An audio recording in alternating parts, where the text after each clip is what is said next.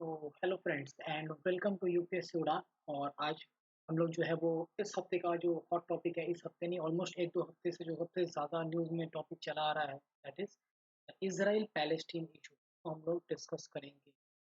क्यों इसराइल और पैलेस्टीन के बीच में ये इशू है, हमास क्या है, क्यों गाजा पट्टी को लेकर लोग इतना ज़्यादा pray for Gaza, social media पे भी देख रहे हैं कि गाजा को बचाओ and we have to save Gaza. So all these things we are going to answer in this lecture, that why this issue is there in the first instance। तो आप लोग को इस तरह की इमेजेस भी बहुत सारी दिख रही होंगी रोज न्यूज़पेपर में, न्यूज़ में, कि हाँ कैसे rockets and missiles are being targeted over Gaza strip and then by Hamas on the Israel territory as well. So we will be going through all those issues, that what is actually the dispute all about. Now, so myself Nihit Kishore, and I'm back again with the UPSC Udaan.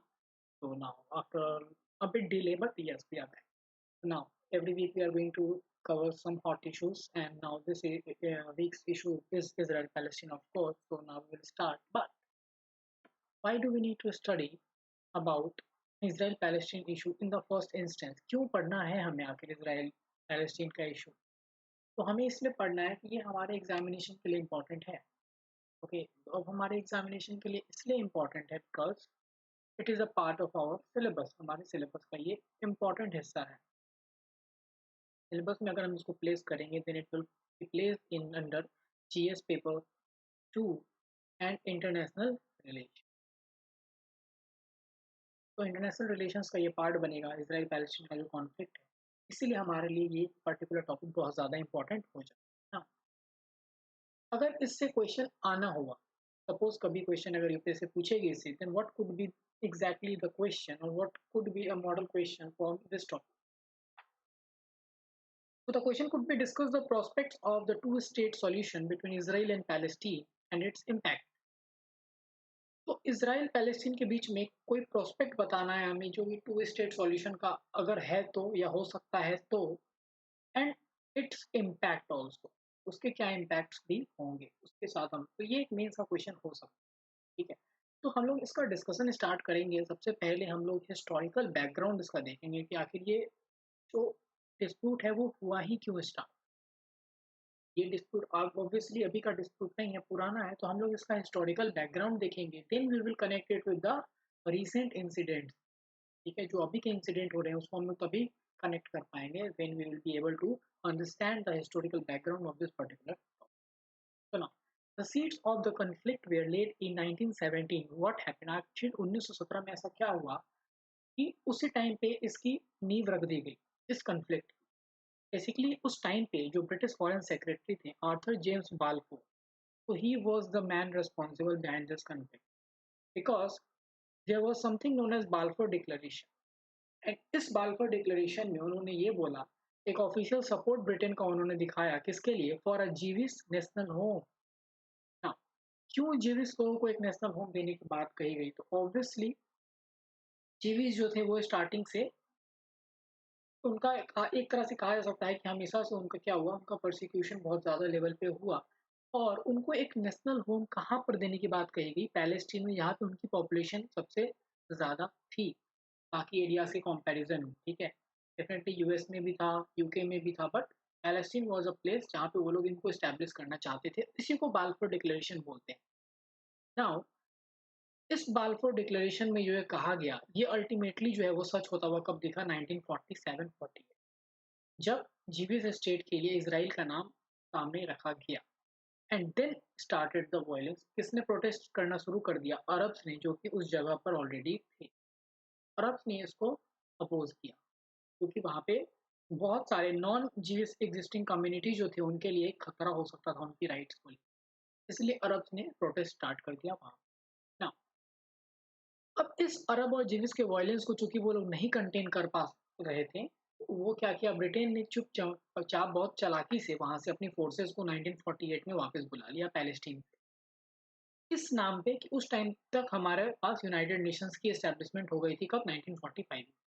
तो now UN will look after all those bilateral disputes, so they withdrew from Palestine. ठीक है, तो Britain का काम यहाँ पे खत्म हो गया, वो वापस आ गया। अब यूएन ने एक प्लान प्रेजेंट किया जिसको बेसिकली क्या बोलते हैं, टू स्टेट प्लान या टू स्टेट सोल्यूशन। ओके, तो UN presented a partition plan to create independent Jewish and Arab states in Palestine. तो जीविस स्टेट भी बनेगा जिसको इसराइल बोलेंगे, और पैलेस्टीन तो था ही, तो वो भी दोनों दो अलग कंट्रीज में ये डिवीजन हो जाएगा। Most of the Jews who were in Palestine accepted the partition but the Arabs did not, and इसी के कारण ये कभी सॉल्यूशन एक्सेप्ट हुआ ही नहीं, तो वॉर जो है वो कंटिन्यू रहा। Now, अभी मैं आपके सामने एक इमेज जो रख रहा हूँ, ये इमेज बहुत ही क्लियरली एक स्टोरी डिपेक्ट करती है कि what Palestine have lost over the year. आप इस फर्स्ट इमेज में देखोगे, दिस 1947 जब इसराइल की एस्टैब्लिशमेंट की बात कही जा रही थी, तो उस टाइम पे ये पूरा ग्रीन एरिया जो है दैट इज पैलेस्टीन, ठीक है। पर इसमें जितने भी थे वो मोस्टली अरब्स थे, और जो जिविश सेटलमेंट था वो ये वाइट वाले हैं, छोटे छोटे। ओके, ना आफ्टर पार्टीशन प्लान, जब जिविश डिक्लेरेशन स्टार्टेड तो क्या हुआ, तब ये जो प्लान दिया गया कि ग्रीन वाले जो एरिया थे ये पैलेस्टीन के पास होगा, और वाइट वाला जो था वो इसराइल होगा। ठीक ना, इसके बाद इस पार्टीशन प्लान को अपोज किया गया अरब वर्ल्ड द्वारा, तो लड़ाइयाँ हुई। लड़ाई जैसे जैसे होती गई तो Israel started capturing, because Israel was more powerful than the Arab world. So Israel started capturing more and more area, and it also tried started annexing those areas. तो क्योंकि अब शांति से पैलेस्टीन ने माना नहीं, तो इसराइल ने फिर फोर्सफुली एरियाज को लेना स्टार्ट कर दिया। एंड नाउ अभी की सिचुएशन में आप देख लो, Palestine is only confined to very few area. So this one, the very problematic and the very you can say the very tussle ground, that is Gaza पट्टी, Gaza strip, ये Gaza है। बाकी कुछ areas यहाँ पे हैं, और कुछ एरियाज जेरूसलम का जो है सिर्फ और सिर्फ अभी के टाइम पे पैलेस्टीनियन लैंड है, बाकी पूरा इसराइल का कब्जा हो चुका है। और ये वेस्ट बैंक है, ठीक है, ये भी पैलेस्टीन बेसिकली पैलेस्टीन के कंट्रोल में कहा जाता है। तो 1948 में जो जिविश डिक्लेरेशन हुआ इसराइली इंडिपेंडेंस का, उसने क्या किया, अरब्स को प्रोवोक किया कि वो अटैक करें उनके ऊपर। But end of the war, तो जैसे ये वॉर खत्म हुआ, Israel was able to capture around 50% more territory than originally envisaged. तो ये ओरिजिनली इन्वाइजेंट था, बट वॉर के बाद उससे 50% ज्यादा टेरिटरी जो है वो Israel was able to. Now what happened, Jordan captured West Bank and Jerusalem's holy site, and Egypt control Gaza Strip. Egypt जो था उसने गाजा के ऊपर कब्जा कर लिया, तो ये इसराइल के पास नहीं रहा। जॉर्डन जो था वो वेस्ट बैंक और जेरूसलम, जहाँ पे हमारा क्या है, होली साइट है जेरूसलम, उसके ऊपर जॉर्डन ने कब्जा कर लिया। ठीक है, अब कुछ हम लोग टाइमलाइन देखेंगे, यहाँ तक हमने समझा। उसके बाद फिर अभी हम लोग देखेंगे कब जॉर्डन से इसराइल जो है वो क्या करेगा, ईस्ट जेरूसलम और वेस्ट बैंक को कब कैप्चर करेगा। ठीक है, वो चीज़ हम लोग अभी देखेंगे। नाउ 1964 में एक इवेंट होगा, Palestinian liberal Palestine liberation organization, that is PLO, इसका फॉर्मेशन होता है। और ये सबसे मेन फोर्स होंगे पैलेस्टीन के इंडिपेंडेंस के लिए लड़ने के लिए। Okay, now again in 1967 there was an event known as Six-Day Arab-Israel War. Okay, now in this war also, because definitely Israel was far superior than any of the Arab countries. Okay, so Israel forces again seized Golan Heights. So again, this place was in news many times. This is in Syria. ठीक है, तो Golan Heights कहाँ पे है, Syria में। ये already UPSC ने question पूछ रखा है प्रीलिम्स में, sometime seen in the news is in which country, Golan height Syria में है। उससे इसराइल ने ये जगह कैप्चर कर लिया। वेस्ट बैंक और ईस्ट जेरूसलम किससे, जॉर्डन से। और गाजा स्ट्रिप और सिनाई पेनिनसुला किससे, इजिप्ट से। तो almost entire Palestinian land was captured by Israel, but इन्होंने फिर वापस उसको दिया था। ठीक है ना, United Nations grants the PLO observer status in 1975 and recognizes Palestinians' right to self-determination. United nation ने क्या हुआ, एक ऑब्जर्वर स्टेटस किसको दे दिया, पैलेस्टीन लिबरल नेशन को 1975 में, और उनको ये रिकॉग्नाइज किया कि उनके पास सेल्फ डिटर्मिनेशन का राइट है, कि खुद को वो डिटरमाइन कर सकते हैं। ठीक है, बेसिकली होता क्या है, जब आप यहाँ पे समझोगे एक चीज को, किसी भी जगह को एक कंट्री या एक नेशन के रूप में जानने के लिए देयर आर सर्टेन क्राइटेरिया। पहला, पॉपुलेशन होना चाहिए उनका। दूसरा, उनकी डिफाइंड टेरिटरी होनी चाहिए। तीसरा, उनके पास एक गवर्नमेंट होना चाहिए। ठीक है, तो पैलेस्टीन के साथ क्या इशू अब हो गया, पैलेस्टीन डजंट हैव, पैलेस्टीन के पास कोई भी डिफाइंड टेरिटरी नहीं रह गया। That is why it started losing its recognition as a nation. Okay, फिर अगला इवेंट क्या है, camp David accords. We will go through this events very quickly, क्योंकि देखो हमें बस एक टाइमलाइन के हिसाब से समझना है कैसे कैसे चीजें हुई हैं। ठीक है, तो कैंप डेविड अकॉर्ड 1978, इसमें क्या हुआ, एक framework for piece in the middle east किसके द्वारा ब्रोकर्ड किया गया, यूएस द्वारा। And it started the peace talks between Israel and the neighbouring Arab country. किसके लिए, एक पैलेस्टीनियन प्रॉब्लम के लिए, एक रिजोल्यूशन के लिए, बट ये कुछ फायदेमंद नहीं था। Again 81, Israel effectively annexes the Golan, but this is not recognized by United States, या कोई भी इसको रिकॉग्नाइज नहीं करता है, तो that means again it is still a part of Syria. अब देखिए हमास जो हम लोग बात कर रहे हैं उसके बारे में। 1987, this was a watershed event, founding of Hamas, a violent offshoot of Egypt's Muslim Brotherhood। तो मुस्लिम ब्रदरहुड जो इजिप्ट में एक बहुत ही बड़ा, बेसिकली आप कह सकते हो टेररिस्ट ऑर्गेनाइजेशन या सेपरेटिस्ट ऑर्गेनाइजेशन है, उसका एक ऑफशूट जो था वो था हमास। उसको फॉर्मेशन 1987 में होता है। And they were seeking to raise the banner of Allah over every inch of Palestine. और ये लोग क्या है, through jihad and definitely, and they even did not recognize कि इसराइल कैसा कुछ है भी। तो दे outrightly denied the existence of Israel. Now, in 1987, tensions started in the occupied territories of West Bank and Gaza, which reached a boiling point, resulting in the first Intifada, that is Palestinian uprising, और एक small war के बीच में convert हुआ, किसके बीच, Palestinian militants and Israeli army. ठीक है, now अब क्या हो रहा है, 1988 में यहाँ पर आकर जॉर्डन क्या करेगा, सारे क्लेम्स जितने भी उसके थे इसमें वेस्ट बैंक और ईस्टर्न जेरूसलम में, वो किसको दे देता है, पैलेस्टीनियन लिबरल ऑर्गेनाइजेशन। ठीक है, जितने भी उसके क्लेम थे। उसके बाद ये यहाँ पे एक इम्पॉर्टेंट चीज रखना है कि ओस्लो अकॉर्ड 1993 में जो हुआ, इस अकॉर्ड का इम्पोर्टेंस ये है कि फर्स्ट टाइम ऐसा हुआ कि पैलेस्टीन और इसराइल दोनों ने एक दूसरे को ऑफिशियली रिकॉग्नाइज किया, and they also renounce the use of violence. ठीक है, and this particular accord also established a Palestinian authority which received limited autonomy in the Gaza Strip and parts of the West Bank। तो Gaza strip और West Bank में जो थी वो limited autonomy दे दी गई, किसको, पैलेस्टीनियन अथॉरिटी को। ये किसके चलते पॉसिबल हुआ, ओस्लो अकॉर्ड्स के कारण। जिस ओस्लो अकॉर्ड में ये दोनों पीएलओ और इसराइल ने एक दूसरे को रिकॉग्नाइज भी किया और बोला कि हम आगे से वायलेंस को यूज नहीं करेंगे।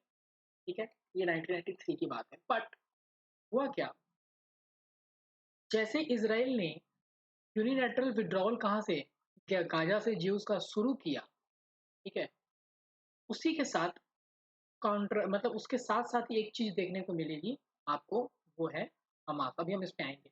तो Israel begins a unilateral withdrawal of Jews from settlements in Gaza, however it kept tight control over all border crossing. क्योंकि कहीं ना कहीं उसको डर भी था कि हम लोग अगर निकल भी रहे हैं तो ये एरिया जो है वो, अगर उनका जो डर था, ऑब्वियसली आज के डेट में एक सच साबित हो रहा है दैट वो जो भी एरिया था, उस एरिया में अगर स्टेबिलिटी नहीं होगी तो ultimately who is going to suffer, Israel. उसके लिए बहुत ज़रूरी था कि वो बॉर्डर्स एरियाज के ऊपर बहुत ही चेकिंग अच्छे से रखे, टाइट कंट्रोल वो बना के रखा था। बट 2006 में क्या होता है, जो पैलेस्टीनियन अथॉरिटी इलेक्शंस हुए उसमें हमास ने विक्ट्री ले ली। ओके, अब जो पूरा वोट था वो पैलेस्टीनियन हाउस को दो पार्ट में डिवाइड कर दिया, एक फतह मूवमेंट जो कि मोहम्मद अब्बास रिप्रेजेंट कर रहे थे, and the Hamas.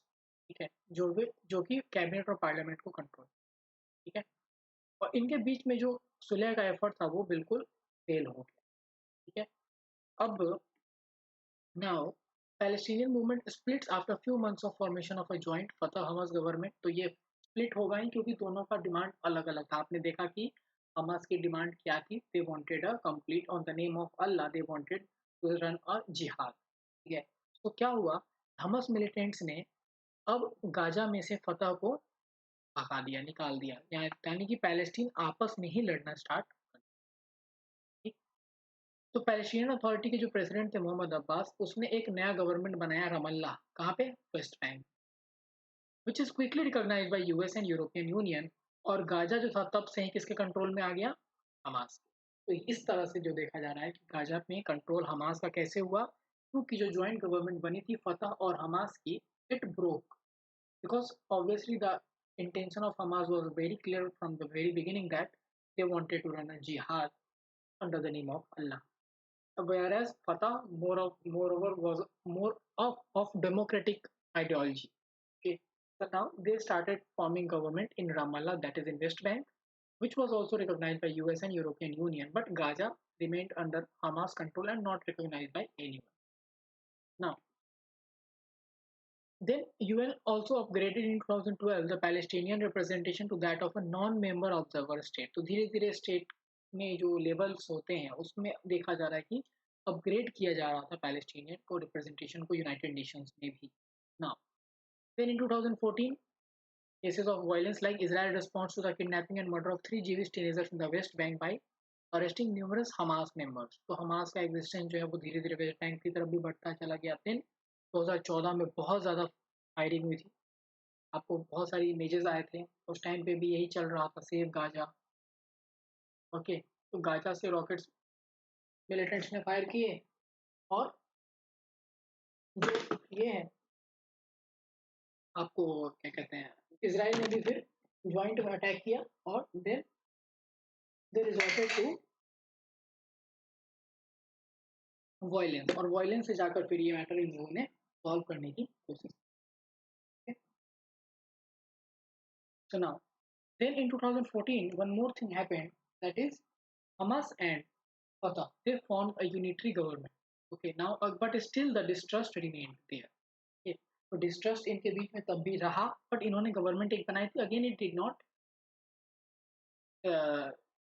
you can say it did not existed for very long. It also, okay. तो ये कंडीशन है जो आप समझ में आप पाया कि गाजा पे कैसे हमास का कंट्रोल हुआ. ठीक है, तो historical background we are able to understand why all this started, why all this happened. ठीक है, तो इसके बाद अगर हम लोग बात करेंगे कि अभी टेरिटोरियल पजल क्या है, जो हर एरियाज हैं उस एरिया के अकॉर्डिंग जो पजल है वो क्या क्या है. तो अगर हम लोग देखें उसमें कि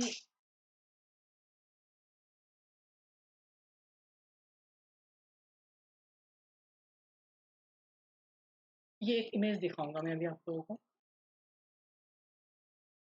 तो ये, तो इसमें ये रामल्ला है जिसमें हम बात कर रहे थे, जो गवर्नमेंट जहाँ पे किसकी बनी थी, पता है. ठीक है, ये Golan Heights, this is part of Syria currently, but इस पे बहुत ज़्यादा. ठीक है, ये सारे वो एरिया थे जो कि इसराइल के कंट्रोल में आ गए थे 1967 के वॉर के बाद. ठीक है, बट डेफिनेटली इसराइल के कंट्रोल में आने के बावजूद भी अभी जो है इस पे कंट्रोल, यहाँ पे पूरा पैलेस्टीन का कंट्रोल है, पैलेस्टीन अथॉरिटी जहाँ पे इनका गवर्नमेंट चलता है. इसका पता है, गाजा पट्टी ये हमास के कंट्रोल में है. ठीक है, ये जेरूसलम जो है ये सबसे डिस्प्यूटेड एरिया है, इसके बारे में हम लोग बात करेंगे. ईस्टर्न जेरूसलम जो है वो पैलेस्टीन क्लेम करना चाहता है कि हमारा ही रहेगा हमेशा, but now Israel wants all of Jerusalem and it has also declared it as its capital. Okay, तो हम लोग एक एक करके जगह का देखते हैं. तो West Bank now it is sandwich between Israel and Jordan. आप देख सकते हो यहाँ पे इजराइल है, जॉर्डन है और ये वेस्ट बैंक है. ठीक है, one of its major cities Ramallah, जहाँ पे अभी के टाइम पे जो एडमिनिस्ट्रेटिव कैपिटल किसका है, पैलेस्टीन का है. ठीक है, और 67 में वॉर के बाद जो है इसके बहुत सारे सेटलमेंट्स इसराइल के वहाँ पे हैं. उसी तरह गाजा में भी इसराइल के सेटलमेंट्स हैं. डेफिनेटली हटा दिया था बट कुछ कुछ जगहों पर अभी भी यहाँ पे हैं, इवन गोलन हाइट्स में. Now Gaza, the Gaza strip located between Israel and Egypt. ठीक है, वो हमने देखा अभी. Israel occupied the strip after 1967 but relinquished control of Gaza city and day to day administration in most of the territory during the Oslo peace process, वो हमने अभी देखा था. In 2005, it removed Jewish settlements, but it continues to control international access to it. मतलब अगर कोई बाहर से, that means the border area, भले ही अपने settlements को हटा चुका है, but border area is still governed by Israel only. ठीक है. Then Golan Heights. So Golan Heights is a strategic plateau that Israel captured from Syria in 1967 war. It effectively annexed the territory in 1981. Recently, the US has officially recognized Jerusalem and Golan Heights as part of Israel, but it is not. US के और recognition से ऐसा कुछ होता नहीं है. Israel definitely claim कर रहा है, but it is asked in examination Golan Heights कहाँ पे है, तो Golan Heights is in Syria only. ठीक है, पैलेस्टीनियन अथॉरिटी, तो ये ओस्लो अकॉर्ड्स ने इसको इनेक्ट किया था। ठीक है, ये बेसिकली ऑफिशियल गवर्निंग बॉडी है किन की, पैलेस्टीनियन लोगों की, और इनको जो लीड किया था वो मोहम्मद अब्बास जो थे किसके, फतह फैक्शन। ठीक है, just because of corruption and political infighting this particular authority has failed to become the stable negotiating partner। और यही रीजन है, देखो पैलेस्टीन के साथ एक बड़ा इशू क्या है, इट्स लीडरशिप क्वालिटीज।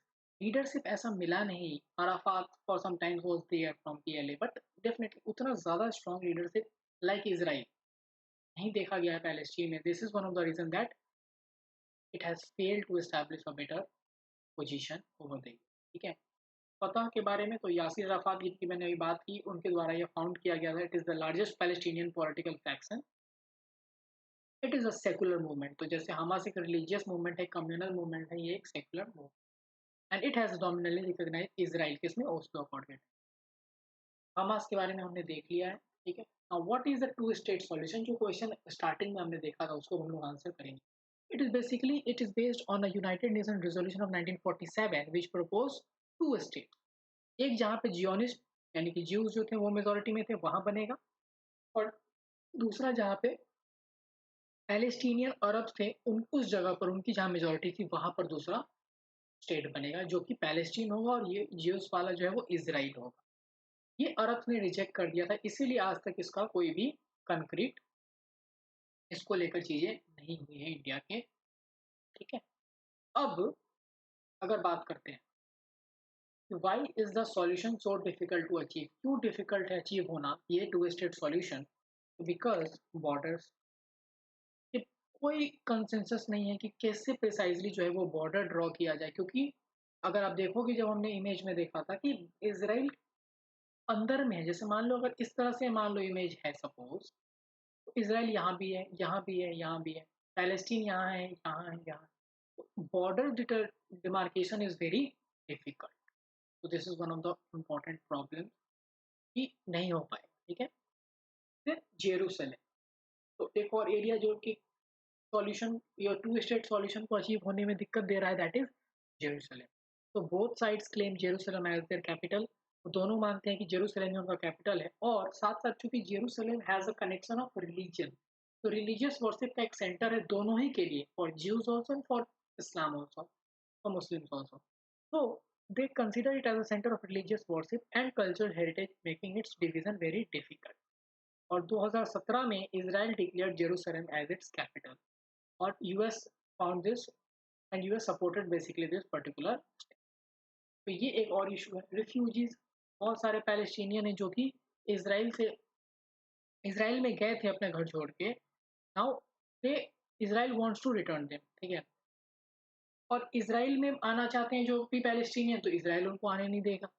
तो दोनों जगह से रिफ्यूजीज का आदान प्रदान जो है वो प्रॉब्लमेटिक हो जा रहा है। ठीक है, then divided political leadership on both side. Palestine में तो हमने देख लिया किसके बीच में फाइट है, हमास एंड फतह, ये आपस में इनका कोई कंसेंसस नहीं है। Hamas is not even recognising Israel, और फतह जो है वो रिकॉग्नाइज कर रहा है, तो पॉसिबल नहीं है कि वो क्या कर पाए, सॉल्यूशन निकाल पाए, या कंट्रोल में है नहीं पूरा एरिया। और उसी तरह इसराइल की तरफ अगर बात करें, तो जो इसराइल के मिनिस्टर्स देखे गए हैं, बराक से शरॉन, ओलमर्ट, और अभी जो नेतन्याहू हुए हैं, they all have accepted the idea of Palestine, but उनके जो टर्म्स है, जो उनके दिमाग में जो पैलेस्टीन को लेकर एक विजन है, that is totally different.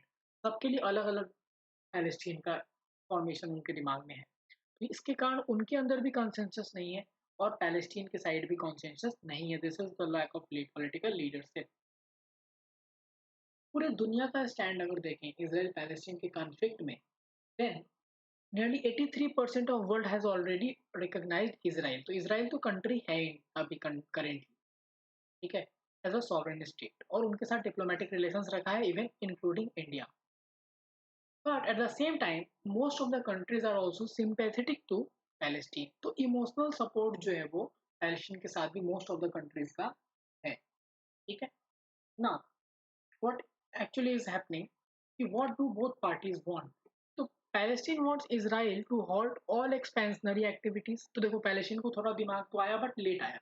Palestine जो है अब क्या जा रही है, पैलेस्टीन चाहती है कि 1967 के वॉर से पहले जो बॉर्डर था, जो कि हमने सेकंड इमेज देखा था, ठीक है, ये वाला इमेज एक बारी मैं आपको फिर से दिखा देता हूँ, ये वाला, this was a partition plan.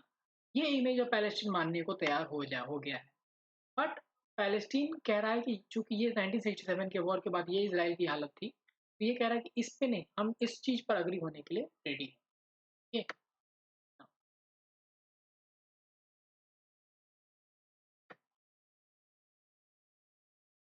Then it wants to establish a sovereign Palestine state, कहाँ पे, वेस्ट बैंक और गाजा में, और ईस्ट जेरूसलम उसका कैपिटल हो। बट पूरा का पूरा जेरूसलम कौन के कैप्चर कर रहा है, कौन क्लेम कर रहा है, इजराइल, तो यहाँ दिक्कत है।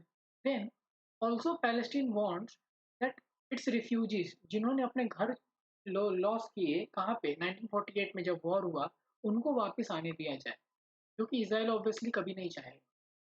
ठीक है। एंड इसराइल क्या चाह रहा है, it wants to be recognised as Jewish state. साथ साथ ये चाहता है कि पैलेस्टीन के रिफ्यूजी सिर्फ पैलेस्टीन में लौटे, ना ही कि इसराइल, जो मैंने अभी बोला।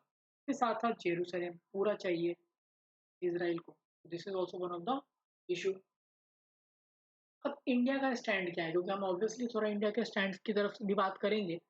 तो India was one of the few country जिसने स्टार्टिंग में ही यूएन के पार्टीशन प्लान को अपोज तो किया, लेकिन उसके साथ 2 साल 3 साल बाद ही उसने इसराइल को ऑफिशियली रिकॉग्नाइज भी कर दिया। ठीक है? तो इंडिया जो था उसमें देखा जाए अगर स्टार्टिंग से, तो इसने यूएन के पार्टीशन प्लान को अपोज किया। ठीक है, echoing its own experience during independence, क्योंकि पार्टीशन के कारण इंडिया में जो प्रॉब्लम देखा गया था वही चीज वो वहां नहीं चाहते थे, इसीलिए Indian political leadership actively supported the Palestinian cause. और डिप्लोमेटिक रिलेशन इसराइल के साथ इन्होंने स्टैब्लिश नहीं किया, तो इंडिया रिकॉग्नाइज्ड इट इन 1950, लेकिन डिप्लोमेटिक रिलेशन जो थे वो 1995 में जाकर स्टैब्लिश हुए थे और इसराइल, तो बस रिकॉग्नाइज कर दिया था। और ये रिकॉग्निशन के साथ साथ ये पहला नॉन अरब कंट्री भी था जिसने पीएलओ यानी पैलेस्टीनियन लिबरेशन ऑर्गेनाइजेशन को ही पैलेस्टीन का सोल रिप्रेजेंटेटिव माना। And it also recognise the statehood of Palestine in 1988। तो इंडिया हमेशा से पैलेस्टीन के लिए और उसके लिए खड़ा रहा है टिल 1990। 1995 में जब इसराइल के साथ डिप्लोमेटिक रिलेशंस फुल्ली एस्टैब्लिश हमने कर लिया, तब से we are started to follow a dehyphenation policy. क्या होता है डीहाइफिनेशन पॉलिसी? तो dehyphenation policy simply means that आप दो कंट्रीज अगर हैं A and B, then you are not going to take one side, आप दोनों के साथ बैलेंस्ड रिलेशन लेकर चलोगे। And this is the need of the new world order. तो अगर आप देखो इंडिया के केस में, आप यूएस और यूएसएसआर की बात हम पहले करते थे, और चाहे यूएस और रसिया की बात आप कर ले, तो इंडिया दोनों के साथ एक्टिवली इंगेज होता है। This is dehyphenation policy. क्योंकि हमने क्या किया, हमने लिंक वेस्ट एशिया पॉलिसी भी सॉरी लेकर आए, तो उसके तहत हमने डीहाइफिनेट कर दिया अपना रिलेशनशिप इसराइल और पैलेस्टीन के साथ। Now India is treating both the countries mutually independent and exclusive. दोनों के साथ हम इक्वली इंटरफेयर करेंगे, दोनों के साथ हम इक्वली इंगेज करेंगे, किसी एक को हम लोग किसी एक के ऊपर नहीं डालेंगे। ठीक है। Now, in June 2019, India voted in favor of a decision introduced by Israel in the ECOSOC that objected to granting consultative status to a Palestinian NGO. तो इस केस में इसराइल को सपोर्ट किया यहाँ पे इंडिया ने। फिर पैलेस्टीन के कॉज के लिए भी इंडिया हमेशा खड़ा रहा है, हमेशा उसने सपोर्ट किया है। ठीक है। तो इसराइल के साथ स्ट्रेटेजिक रिलेशंस, मिलिट्री रिलेशंस ये इंडिया ने किया है, और साथ साथ इंडिया का मोरल सपोर्ट भी दिया है किसको, Palestine.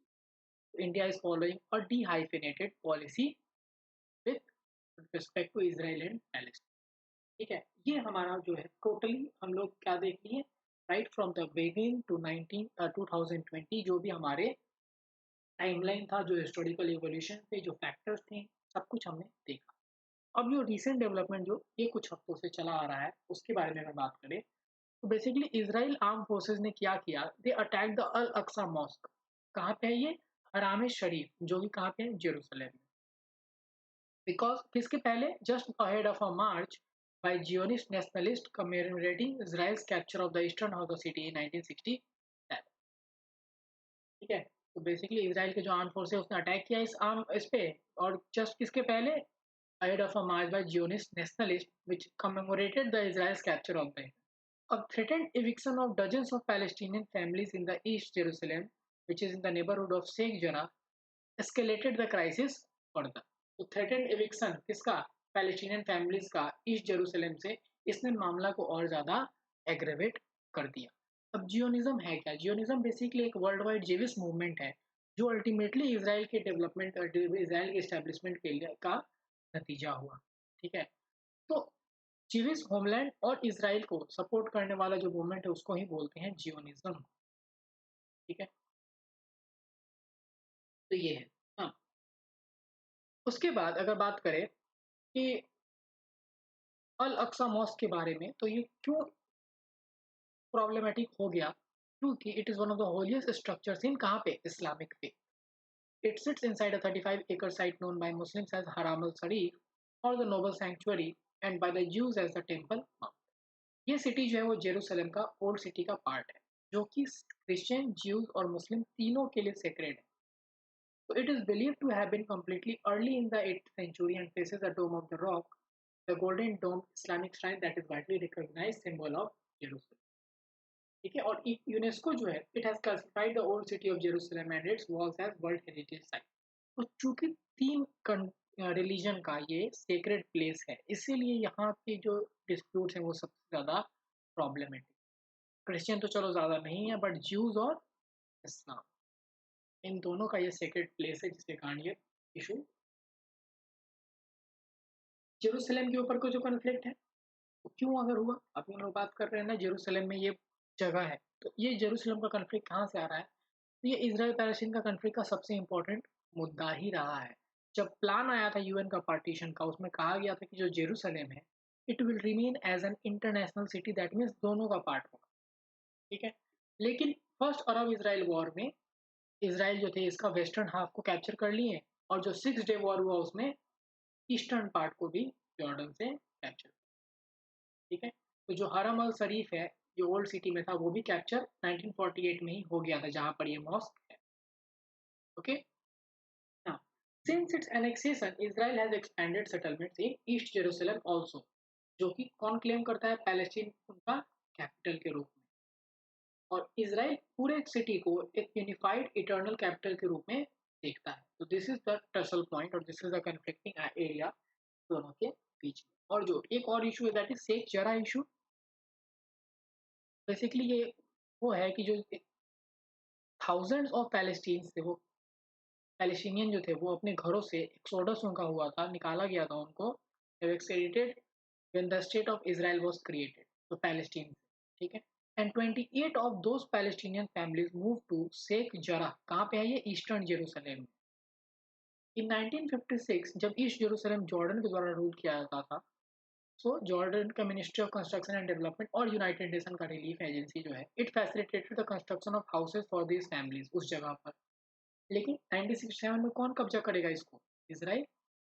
Now by the early 70s Jewish agency started demanding the families leave the land. उस टाइम से थ्रेटन करना शुरू कर दिया, आप लोग ये क्या करो, आप लोग ये जगह छोड़ो. Earlier this year the Central Court in East Jerusalem upheld a decision to evict 4 Palestinian families from their homes in favor of Jewish settlement. और ये ही सबसे ज़्यादा प्रॉब्लमेटिक हो रहा है. क्यों हो रहा है, क्योंकि जो इनको यहाँ से वापस फौज निकालने की बात कौन कर रहा है, इसराइल कर रहा है, और ये बहुत ही ज़्यादा प्रॉब्लमेटिक हो रहा है. तो the issue remains unresolved and potentially inflammable. है, तो ये बेसिकली जो रिसेंट डेवलपमेंट्स हमने देखा. अब मुझे एक चीज़ आप लोगों के दिमाग में भी आएगी, बहुत लोगों के दिमाग में आएगी कि आखिर ये जो भी एक ऑर्गेनाइजेशन है, मिलिटेंट ऑर्गेनाइजेशन है, ये इतना पावरफुल कैसे, जो कि ये इसराइल को टक्कर दे रहा हो. तो हमास इस बैक, तो आपको पता है बना कैसे था, इजिप्ट के मुस्लिम ब्रदरहुड का ये ऑफशूट था, तो इजिप्ट को बैकिंग इसको है. और जितने भी कंट्री जिनका टर्की यूएस के साथ, यूएस और इसराइल के साथ अच्छे रिलेशन नहीं है, they will be supporting Hamas obviously. तो टर्की करेंटली जो सबसे ज़्यादा बैकिंग और सबसे ज़्यादा जो सपोर्ट इनको मिलता है दैट इज़ फ्रॉम कतर। और एक और इनका सीक्रेट फ्रेंड है that is Iran. Why Iran? Anti US and anti Israel. They are getting arms, ammunition and financial support from these countries also. तो ये बेसिकली ये क्या है, ग्लोबल पॉलिटिक्स, दोस्त का दोस्त दुश्मन। तो वही चीज़ यहाँ पर है कि हमास जो इतनी छोटी एक मिलिटेंट ऑर्गेनाइजेशन थी वो इतना ज़्यादा एक पावरफुल कंट्री को कैसे टैकल कर रही है, कैसे उनको कंटेन कर रही है। तो all this things was about Israel and Palestine. तो इसराइल पैलेस्टीन के बारे में हमने सारा डिटेल में देखा यहाँ पे, ठीक है। अब जो है इस इमेज से हम लोग समझेंगे, और जब ये अभी इमेज और फोटो हम लोग देखेंगे तो हमें समझ में आएगा कि आखिर क्या हो रहा है, ठीक है। तो अब ये क्वेश्चन जो है डेफिनेटली वी विल ट्राई, आप सब लोग इसको ट्राई करेंगे। What is the prospect of the two state solution between Israel and Palestine, और उसके क्या क्या इम्पैक्ट, ठीक है। तो this was all about the Israel Palestine conflict. I hope आपको सारा कुछ समझ में आया होगा। अगर कुछ समझ में नहीं आया तो प्लीज़ आप कमेंट में डाउट्स पूछ सकते हो, या फिर हमारे टेलीग्राम चैनल पे भी जाकर आप अपने डाउट पूछ सकते हो। इसका पीडीएफ अगर आपको चाहिए तो want the PDF, just go to the Telegram page, description में लिंक होगा, टेलीग्राम चैनल पे जाके आपको का पीडीएफ मिल जाएगा ये वाला, ठीक है। या कोई भी डाउट हो आप टेलीग्राम चैनल पे जाइए, वहाँ पे बहुत सारे पीडीएफ मिलेंगे इससे रिलेटेड, और कोई डाउट कमेंट सेक्शन में डेफिनेटली आप